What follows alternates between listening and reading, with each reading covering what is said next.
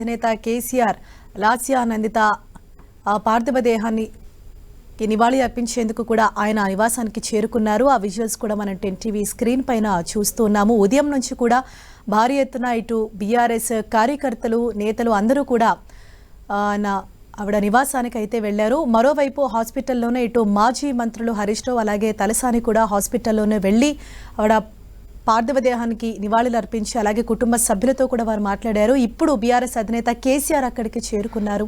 కుటుంబ సభ్యులను కూడా ఆయన ఓదారుస్తున్నారు.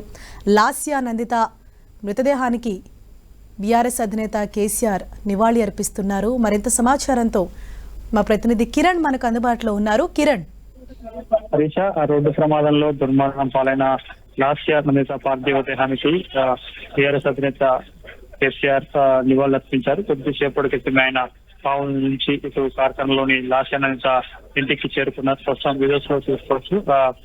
మరణ వార్త తెలిసిన వెంటనే ఆయన హుటాహుటిన కూడా అటు ఫామ్ హౌస్ నుంచి కూడా అటు కార్ఖానాలోని లాస్యా నందిత ఇంటికి చేరుకున్నారు.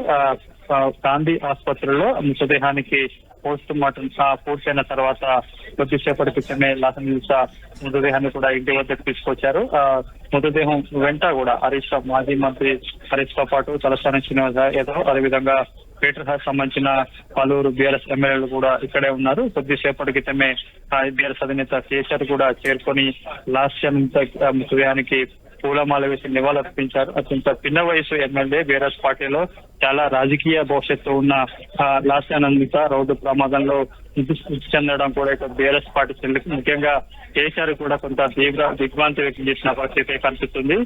ఇటీవల కాలంలో బీఆర్ఎస్ పార్టీలో చేరిన తర్వాత సాయన్న గతంలో పోటీ చేసిన కంటోన్మెంట్ స్థానం నుంచి కూడా సాయన్న కూతురు నిలబెట్టాలని కూడా బీఆర్ఎస్ పార్టీ భావించి అందులో భాగంగా లాస్యా నందితకి బీఆర్ఎస్ పార్టీ కూడా బీఫామ్ ఇవ్వడం, ఆ తర్వాత ఎన్నికల్లో పోటీ చేయడం, ఆ తర్వాత ఎన్నికల సందర్భంలో కూడా బీఆర్ఎస్ పార్టీ గ్రేటర్ హైదరాబాద్ సంబంధించిన ముఖ్య నాయకులతో పాటు కూడా అధిష్టానం కూడా ఆమెకి వెన్నంటూ ఉంటూ వచ్చింది.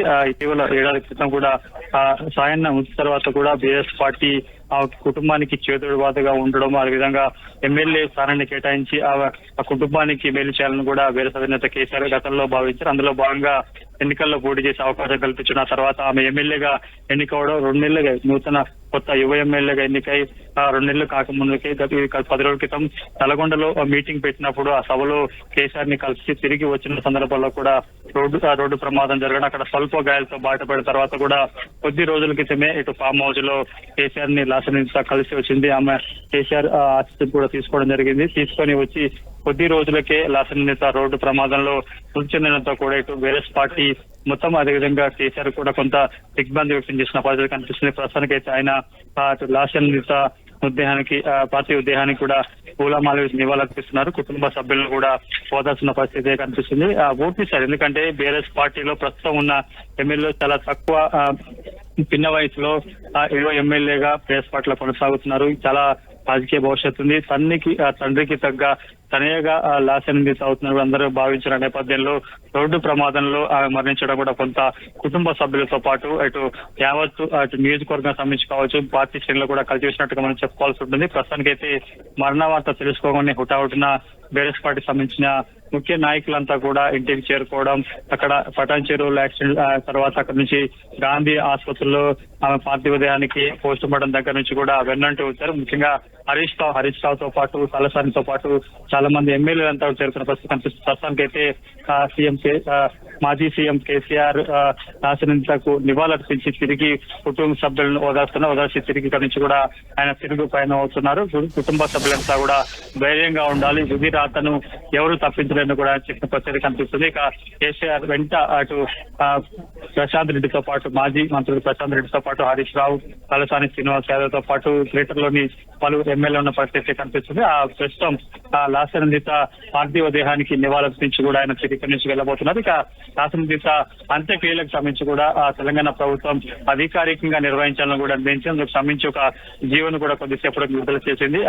సహజంగానే ఎమ్మెల్యేలతో పాటు మాజీ ఎమ్మెల్యేలకు సంబంధించి కూడా అధికారిక లాంఛనాలతో అంత్యక్రియలు చేసే సాంప్రదాయం లేదు. కానీ కాంగ్రెస్ గవర్నమెంట్ వచ్చిన తర్వాత కూడా గతంలో తన తండ్రి చనిపోయినప్పుడు అప్పుడు అధికారంలో ఉన్న టీఆర్ఎస్ పార్టీ కూడా మాజీ ఎమ్మెల్యే కావడంతో అధికారిక లాంఛనాలు చేయకపోవడంతో కూడా కుటుంబ సభ్యులు కొంత అసహనం వ్యక్తం చేసిన నేపథ్యంలో తిరిగి ఎమ్మెల్యే ఉన్న వాస్తవం కాబట్టి తెలంగాణ ప్రభుత్వం ముఖ్యంగా కాంగ్రెస్ గవర్నమెంట్ ఆమె పార్థివ దేహానికి అధికారిక లాంఛనాలతో కూడా అంత్యక్రియ చేయాలని నిర్ణయించడం కూడా జరిగింది. అందుకు సంబంధించి కూడా ఏర్పాట్లు కూడా జరుగుతున్నాయి. ఈ రోజు సాయంత్రం లోపల కూడా లాసన్విత మృతదేహానికి అంత్యక్రియలు చేసేందుకు కూడా ఏర్పాటు జరుగుతున్నాయి. ఎక్కడైతే గతంలో తన తండ్రిని అంత్యక్రియలు చేశారో వెస్ట్ మారేడుపాలని అక్కడే లాసన్విత మృతదేహానికి కూడా అంత్యక్రియలు చేసేందుకు కూడా ఏర్పాట్లు జరుగుతున్నట్టు ఇక సాయంత్రం 4 గంటల ప్రాంతంలో సీఎం రేవంత్ రెడ్డి కూడా రాబోతున్నట్టుగా మనకైతే సమాచారం. ప్రస్తుతానికైతే అటు మాజీ సీఎం బీఆర్ అధినేత కేసీఆర్ లాసన్వితకు నివాళులర్పించి ఇక్కడ నుంచి తిరుగు పయనమయ్యారు. హరీష. ఓకే కిరణ్.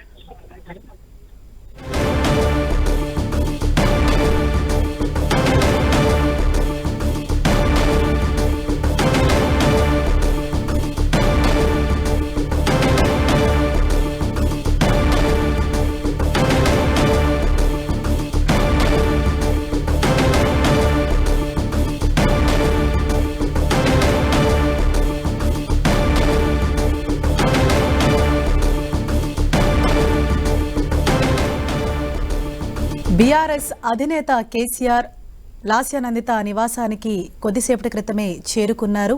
లాస్యానందిత భౌతిక కాయానికి పూలమాల వేసి నివాళులర్పించారు. అనంతరం కుటుంబ సభ్యులతో కూడా ఆయన మాట్లాడారు. ధైర్యంగా ఉండాలని చెప్పారు. పార్టీ పరంగా అంటే అండదండలు ఉంటుంది అనేసి వారికి భరోసా కల్పించే ప్రయత్నం చేశారు. ధైర్యంగా ఉండాలని కూడా వారితో మాట్లాడడం జరిగింది.